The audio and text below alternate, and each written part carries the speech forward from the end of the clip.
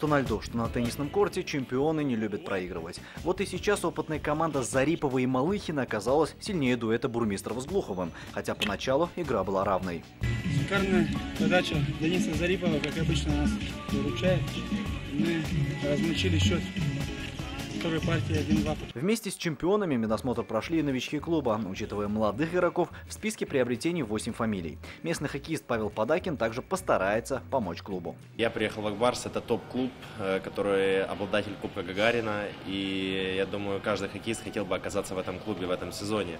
Но мне это посчастливилось, так что я просто буду ждать указаний тренеров, куда они меня поставят. Изменения коснулись и тренерского штаба. Вместо Ари Мойсонина и Брэндона Бови в клуб пришли Андрей Царев и Владислав Занковец. Первый стал тренером вратарей нашей команды, а Занковец будет заниматься физической подготовкой хоккеистов.